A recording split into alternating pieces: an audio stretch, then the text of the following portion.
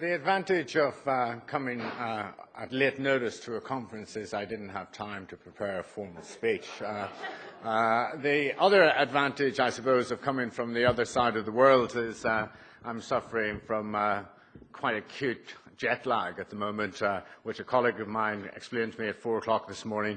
That will always liven up a conference, get a sleepless expat to tell them what's wrong with their country. I thought the title of this conference is very interesting, Reforming and Rebuilding Our State. I hear the sound of Conor Cruise O'Brien laughing from the grave at the institutionalisation of the 26-county state as the nation, and simultaneously hear the sound of Charles J. Haughey spinning in his grave in disgust. I bring up Charles J. Haughey because I wrote, in a previous life, I wrote Charles J. Haughey's biography, and I was given the telephone number of his private office in Concealy. And what I didn't realize, it wasn't just simply the private office number, it was the telephone on his desk. And I had spent many hours preparing what I was going to say, to explain to Charles J. Haughey why I wanted to speak to him. And I had a whole speech rehearsed, everything was fine, and I picked up the phone, and he had a very distinctive voice, and he answered, yes. I said, oh, Mr. Haughey. And he said, yes. Who's calling? I said, this is history calling. And he went, tell me more. So I persuaded him that he should talk to me about the arms trial initially, and what he wanted to achieve with the funding that went ultimately to the Provisional IRA. And then I ultimately wanted to ask him about how he managed to survive all the heaves against him. And this was quite problematic for Haughey to speak to, because at the time he was telling the McCracken Tribunal he could remember nothing.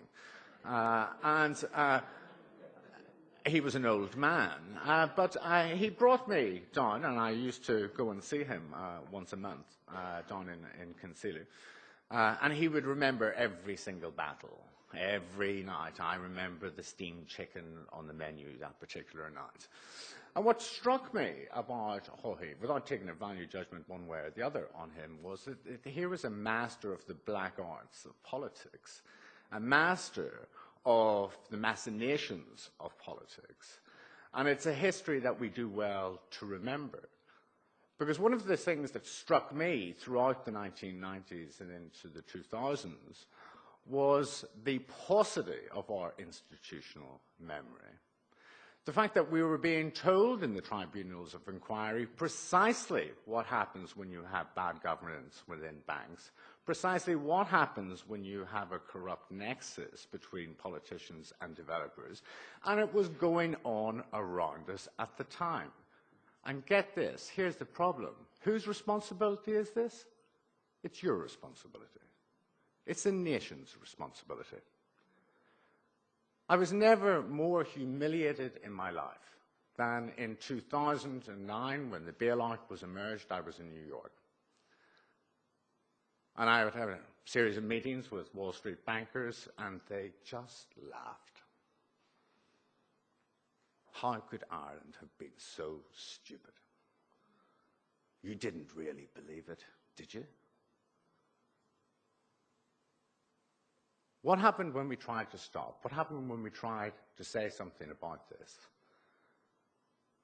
What happened to me in 2006 when I reported serious problems with the governance of the International Financial Services Centre in Dublin was I was called in for re-education by the regulator at the time.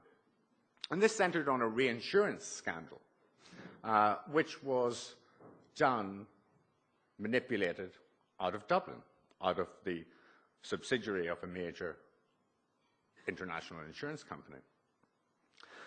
And this wasn't just a rogue trader. This was the head of the Dublin Insurance and Management Association, a special advisor to the Taoiseach, no less, about the importance of the International Financial Services Centre to Ireland, and of course to the personal fortunes of those who were bankrolling it. The scandal focused on the manipulation of earnings for a major US company.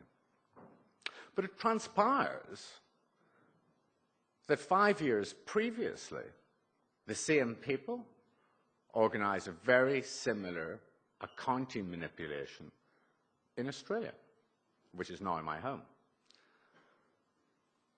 So there was an investigation in Australia. There were attempts to call the people who were responsible for this to give evidence to a Royal Commission of Inquiry, very similar to a tribunal of inquiry here. And the people responsible decided no, they weren't going to come because they were busy. Why were they busy? They were busy turning Ireland into the Bermuda of Europe. That Ireland would do exceptionally well by playing with light touch regulation, no touch regulation. Hey guys, come to Ireland, it's fine, the tax won't touch you. This is the story again and again. So when the Australians asked them to come and give evidence, they said no, they weren't coming. The investigation found that this was corrupt. The people in charge were banned from operating in the Australian context. The information was provided to the Irish regulator, and the Irish regulator did the sum total of nothing about it. So when I was brought in for re-education, how dare I write in the Irish Times about this, I was told, but what about the damage to the International Financial Services Centre? This is serious, serious stuff, Justin. I said, why didn't you go to Australia, to the Royal Commission of Inquiry? We're a small regulator with a small budget. We couldn't afford to. This interview was recorded. It was on the record. That was the reason why I went in and agreed to the re-education. We then decided that we were going to run this in the Irish Times. And all hell broke out. Complaints to the Irish Times that this should not be published, because they were unaware that the Irish Times might actually publish it. That the interview was given under false pretenses. Of course, I was writing for academic journal articles, so this was just a byproduct of how we published these things.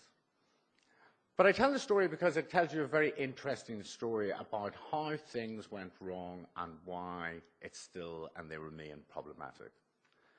So last year I was asked by this government, would I be part of the diaspora and come to Dublin Castle and speak about how potentially Ireland could change. And I said, sure, I'll come. I think there's a great opportunity for Ireland at the moment.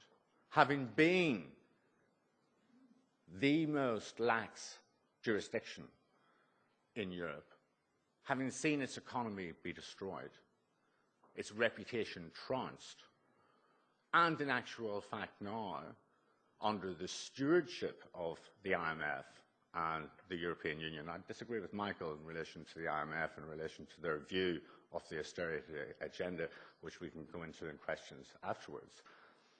But here was an opportunity for Ireland to totally change how it's seen in the world.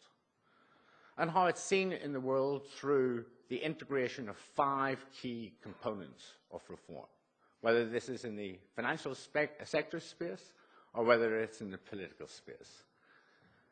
And those 5 key factors or dimensions are compliance, ethics, deterrence, accountability, and risk. It is in the interest of the regulator and the regulated that you have substantive compliance, not technical compliance, where you transact around the rules. Find me a rule and I'll find a clever lawyer who will transact around it. Equally, you can't rely on principles if the people you are regulating don't actually operate with principles. It's a bit of a contradiction in terms. It's in the interest of the regulator and the regulated that you have warranted commitment to high ethical standards, not stated commitment to high ethical practice, which in actual fact is not how you run your business. It's in the interest of the regulator and the regulated that you have effective deterrence. Now, it's interesting now that the support for the Quinn Empire is beginning to fragment. But remember when Matthew Elderfield, the financial regulator, decided to take action against the Quinn Group prior to the election and the political pressure that was placed on the regulator for doing that?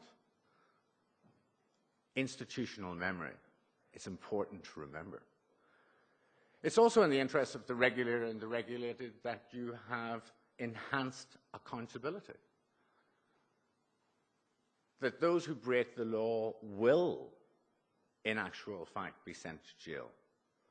But we also have to remember that these scandals are not just the result of rotten apples, change the players and everything will be all right. We've seen far too many scandals repeating time after time after time for that defense to be useful. And ultimately, we need to reduce risk. We need to reduce risk because unless we do reduce risk, we will not be in a position to safeguard our futures. We need to rebuild social capital. And this at a time of huge economic stress.